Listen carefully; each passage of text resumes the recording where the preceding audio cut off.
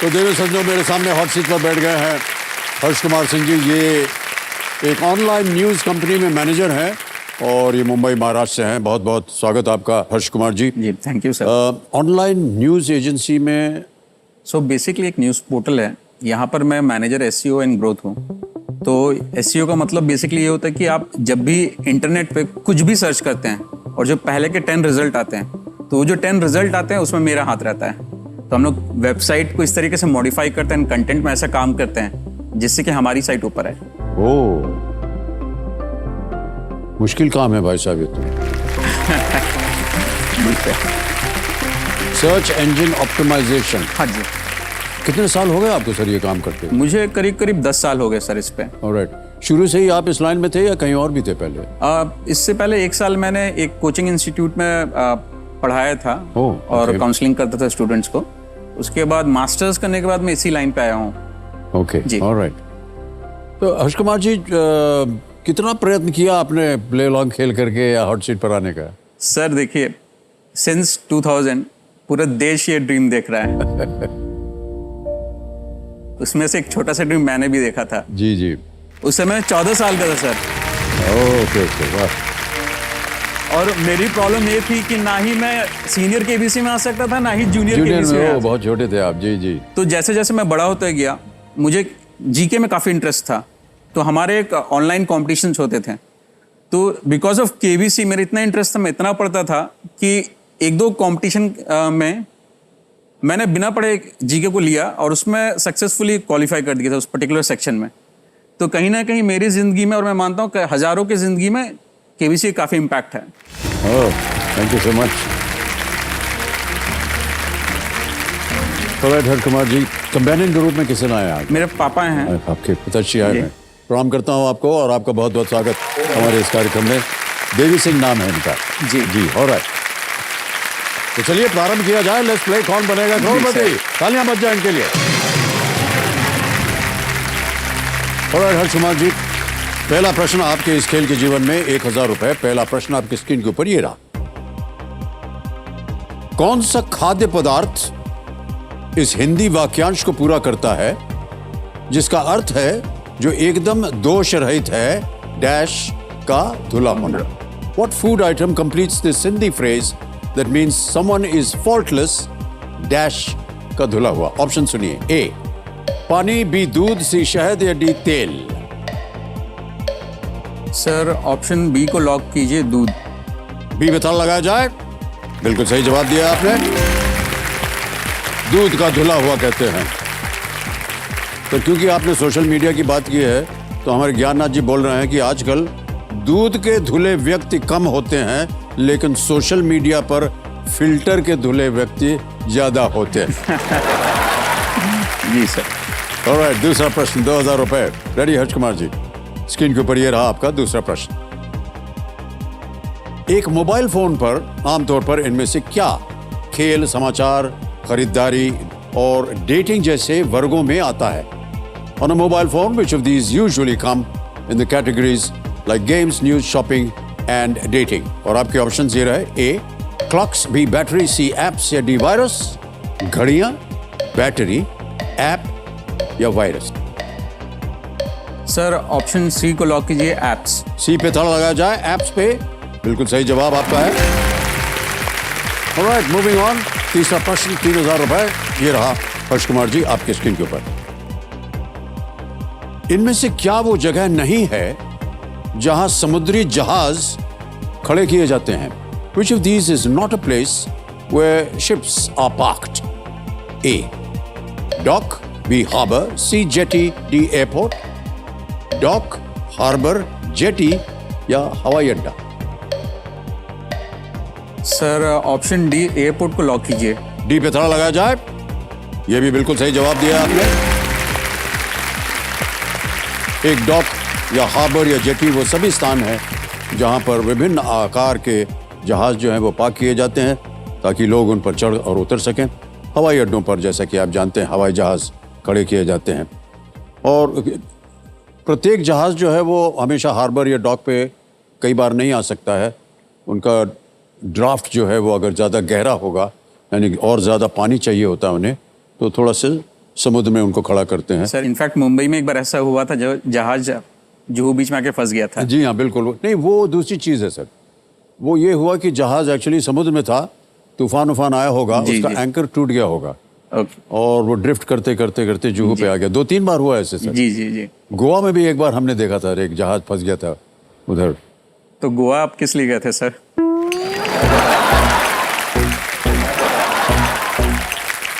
Sir जो लोग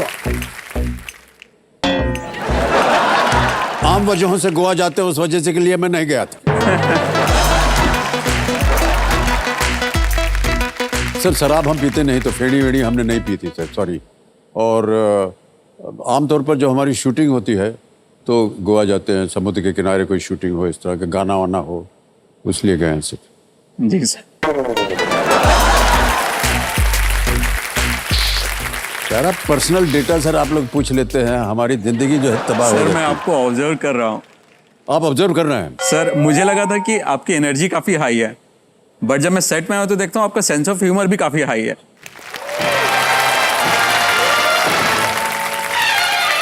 तो सर ये जो आप SEO हैं, इसमें हमारा दर्जा कहाँ आएगा? सर आपका नाम ही काफी है। मैं जैसे ही आपका नाम यूज करूंगा टॉप में आ जाऊंगा। अगला प्रश्न, चौथा प्रश्न, 5,000 रुपए आपकी स्क्रीन के ऊपर ये रहा हर्ष कुमार जी। जी सर। रेडी? इनमें से कौन सा फल आमतौर पर हरे और काले किस्मों में आता है? Which of these fruits commonly come in the green and black varieties? और आपके ऑप्शन ये रहा है आपके सामने। A mango, B grape, C orange या स्ट्रॉबेरी। आम, अंगूर, संतरा या strawberry? Sir option B grape को लॉक कीजिए। बी पे ताला लगाया जाए। ये भी बिल्कुल सही उत्तर दिया आपने। ऑलराइट हर्ष कुमार जी, आगे चलते हैं। पहला पड़ाव आ गया है 5वां सर। प्रश्न का। इसके लिए मिलेंगे 10,000 रुपए। 5वां प्रश्न स्क्रीन के ऊपर ये रहा।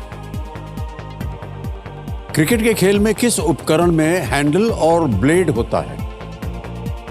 इन a game of cricket what piece of equipment consists of a handle and a blade? Option सुनिए। A ball, B stump, C glove, D bat. गेंद, स्टंप, दस्ताना या बल्ला? सर ऑप्शन डी बैट को लॉक कीजिए। डी पे ताला लगा जाए। बिल्कुल सही जवाब दिया आपने।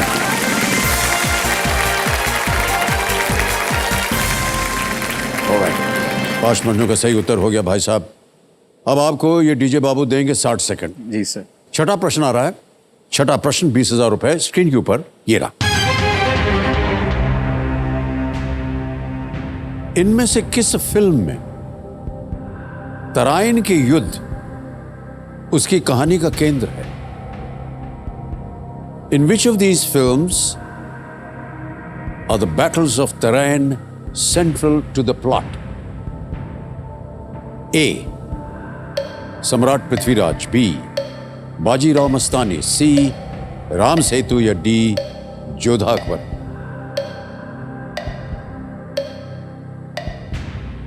बैटल्स ऑफ तराइन, तराइन के युद्ध। जी सर। सर वैसे तो मैंने इनमें से कोई भी मूवी नहीं देखी है,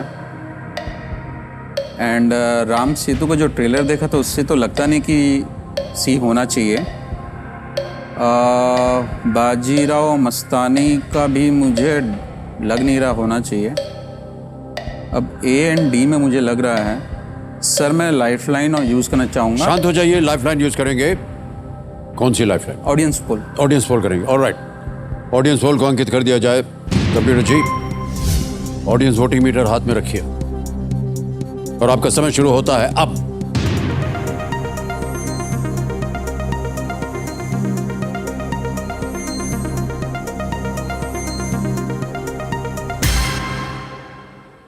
सम्राट पृथ्वीराज ए को सबसे ज्यादा परसेंटेज दिया, 62%, 62%। ए को लॉक कर दीजिए। ए के साथ जाएंगे। हाँ जी सर। ए पे ताला लगाया जाए, देखें ऑडियंस सही है या नहीं। बिल्कुल सही जवाब दिया है।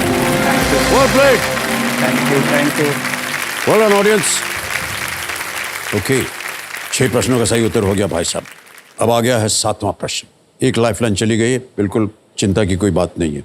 40,000 रुपए। 7वां प्रश्न आपकी स्क्रीन के ऊपर ये रहा। रविंद्रनाथ ठाकुर ने किन दो देशों के राष्ट्रगान की रचना की है? जी sir.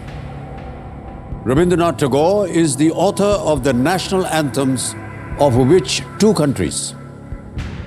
Options: A, India and Pakistan. B, Sri Lanka and Bangladesh. C, India and Bangladesh. और इसे D, नेपाल and Bhutan. पहला है भारत और पाकिस्तान, दूसरा है श्रीलंका और बांग्लादेश, तीसरा है भारत और बांग्लादेश, ये डी नेपाल और भूटान। सर रविन्द्रनाथ ठाकुर जी ने तो इंडिया का किया है एंड जहाँ तक मुझे पता बांग्लादेश का भी उन्होंने किया है, तो इसका आंसर ऑप्शन सी होना चाहिए।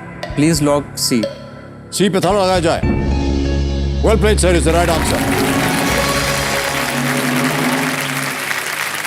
जन गण मन। जी सर। ये पहली बार 1911 में कोलकाता में भारतीय राष्ट्रीय कांग्रेस अधिवेशन में ये गाया गया था 1911 में। और अमार सोनार बांग्ला। जी सर।